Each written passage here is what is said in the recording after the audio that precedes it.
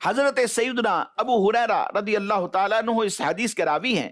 نبی اکرم صلی اللہ علیہ وسلم نے فرمایا بڑے بوڑھے کا دل دو باتوں میں ہمیشہ جوان رہتا ہے، ایک دنیا کی محبت اور دوسری امیدوں کی درازی میں.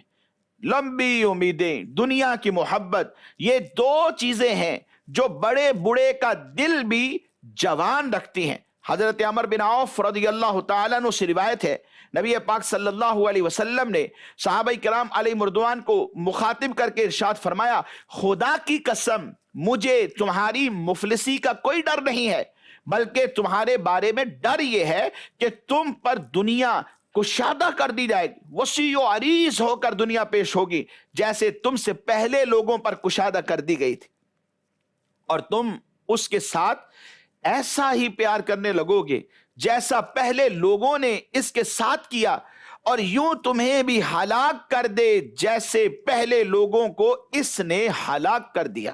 یعنی دنیا نے لوگوں کو ہلاک کر کے رکھ دیا. حضرت عبداللہ بن عمر رضی اللہ تعالی عنہما سے روایت ہے کہ رسول اللہ صلی اللہ علیہ وسلم نے ارشاد فرمایا اس امت کے پہلے لوگ یقین اور زہد کی وجہ سے نجات پا گئے، جبکہ اس امت کے آخری لوگ بخل اور لمبی امید کی وجہ سے ہلاک ہوں گے. بخل اور لمبی امید کی وجہ سے. اور ساتھ ہی میں یہ بھی بتا دیا کہ نجات کیسے ہوتی ہے. یعنی اس امت کے جو پہلے لوگ ہیں وہ زہد اور یقین، اللہ تبارک و تعالیٰ پر یقین رکھتے تھے اور ان کا یقین کامل تھا، یعنی کامل ایمان ان کے پاس موجود تھا، علم بھی تھا، عمل بھی تھا، زہد و تقوی بھی تھا، اور ان دو چیزوں کی وجہ سے وہ نجات پا گئے. اور جن کے پاس یہ دو چیزیں نہیں بلکہ ان کے پاس بخل موجود ہے، کنجوسی موجود ہے اور لمبی امید موجود ہے، فرمایا یہ دو ایسے مذموم وصف ہیں جو بندے کو ہلاک کر کے رکھ دیتے ہیں.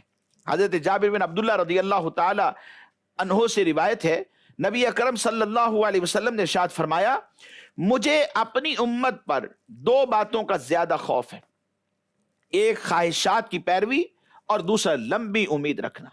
کیونکہ خواہشات کی پیروی کرنا یہ بندے کو حق سے روک دیتا ہے اور لمبی امیدیں آخرت کو بھلا دیتی. حالانکہ آخرت کو یاد کرنا ہے اور حق کی پیروی کرنا ہے. خواہشات نفسانیہ یہ حق کی پیروی سے بندے کو روک دیتی ہیں، اور جو لمبی امیدیں ہیں یہ آخرت کی یاد انسان کے دل سے ختم کر دیتی ہیں. حالانکہ آخرت کو یاد کرنا تھا اور دنیا سے بھی رغبتی اختیار کرنی تھی، لمبی امیدوں کو ختم کرنا تھا. فرمایا یہ دنیا پیٹھ پھیر کر جانے والی ہے اور آخرت پیش آنے والی ہے، ان دونوں میں سے ہر ایک کے بیٹے ہیں. اگر تم دنیا کے بیٹے نہ بننے کی استطاعت رکھتے ہو تو دنیا کے بیٹے نہ بننا، کیونکہ تم آج عمل کرنے کی جگہ میں ہو اور یہاں حساب نہیں ہے، لیکن کل تم حساب دینے کی جگہ میں ہوگے اور وہاں پر عمل نہیں ہوگا.